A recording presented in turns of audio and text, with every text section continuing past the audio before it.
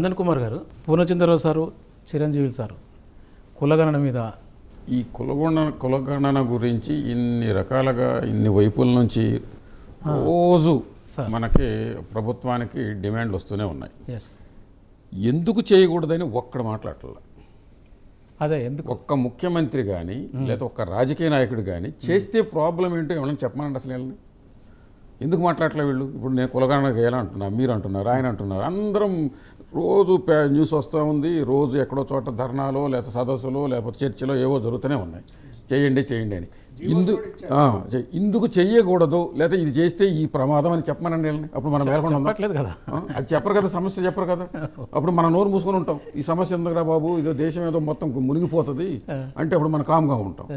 ఎందుకు చేయరు మరి? ఇప్పుడు చూడండి, మొన్న ఎవరు అడిగారని చంద్రబాబు స్కిల్ సెన్సస్ చేస్తానన్నాడు.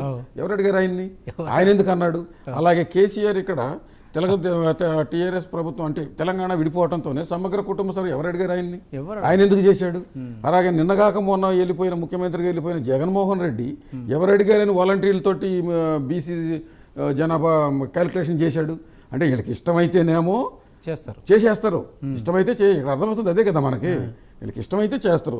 ఇష్టం కాకపోతే మనం నోరు కొట్టుకొని మొత్తుకుంటున్న ఇన్ని లక్షల కోట్ల జనాభా అడుగుతాం అంటే సైలెంట్గా ఉంటారు, మాట్లాడకుండా కామ్గా. అసలు దానికి సమాధానం చెప్పరు, ఎందుకు చేయకూడదో చెప్పరు, ఎందుకు చెయ్యాలో మనం అడుగుతామంటే ఇన్ని విషయాలు అడుగుతున్నా చెప్పరు.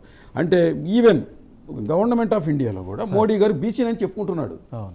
ఆయన బీసీనని చెప్పుకున్నప్పుడు బీసీ గణన చేయబాబు అంటే ఇంకా బంగారంలాగా అసలు ఎంత గొప్ప విషయం ఆయనకి, ఎంత ప్రివిలేజ్ ఒక ప్రైమ్ మినిస్టర్కి.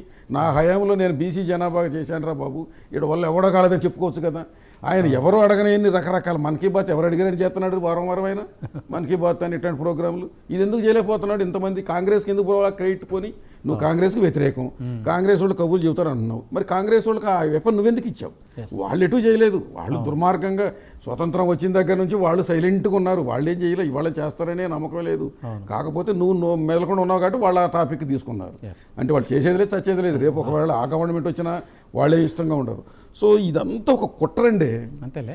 ఇది మొత్తం ఒక నెక్సెస్. వీళ్ళంతా ఈ అగ్రకుల పాలిటిక్స్లో ఈ అగ్రకులస్తులు వీళ్ళందరూ ఒకే తానులో ముక్కలు. వీళ్ళు ఎక్కడ విడివిడిగా వీళ్ళ ఆలోచన విడివిడిగా ఉండవు. ఈ చాలా సైలెంట్గా గతంలో అసెంబ్లీలో ఒక డిస్కషన్ జరిగింది మన ఆంధ్రప్రదేశ్లో. వీళ్ళు రోజు అసెంబ్లీలో తిట్టుకుంటారు. రాత్రికి వైఎస్ రాజశేఖర రెడ్డి చంద్రబాబు గారు రోజు ఫోన్లో మాట్లాడుకుని రేపు ఏ రకంగా తిట్టుకోవాలని అనుకునేవాళ్ళట. అదొకసారి చాలా నడిచింది ఒక కాసేపు ఆ చర్చ.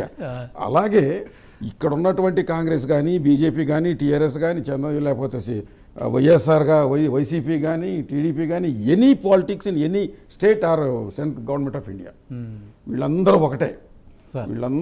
ఎందుకంటే ఈ కులగణన చేస్తే వీళ్ళ బండారం బయటపడుతుంది. వీళ్ళు ఈ 76 సంవత్సరాలు చేసుకున్న దోపిడీ మనం అడుగుతాము. ఇన్ని సంవత్సరాలు మమ్మల్ని ఇంత నాశనం చేశారని మనకు ఆలోచన వస్తుందని వాళ్ళ భయము.